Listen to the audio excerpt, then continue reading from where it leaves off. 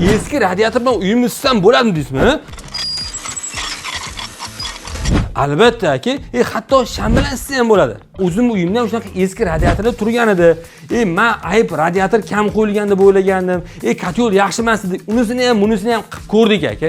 Foyda bo'lgani yo'q. Keyin men o'zim penoplast ishlab chiqarish boshlagandan keyin qarasam bu penoplastlarni ishlatgandan keyin foyda juda ham ko'p ekan. Agarda to'g'ri izolyatsiya qilsangiz, juda ham kichkina narsa bilan uyingizni to'liq isitsangiz bo'ladi. Biz nima qilyapmiz? Biz juda ham ko'p elektr energiya sarf qilyapmiz-ku, lekin baribir isita olmaymiz. Xo'p aka, keling meni gapimni tiniq va yaxshi eshitib oling. Siz uchun foydali bo'lsin deb gapirib beraman. Ya'ni agarda uyingizni polini pastdan izolyatsiya qilib bo'lgan bo'lsangiz, xuddi shuni endi tasavvur qiling, orqa tarafdan penoplastmi yoki bazaltmi izolyatsiya qilib ko'ring aka. Dahshat bo'ladi.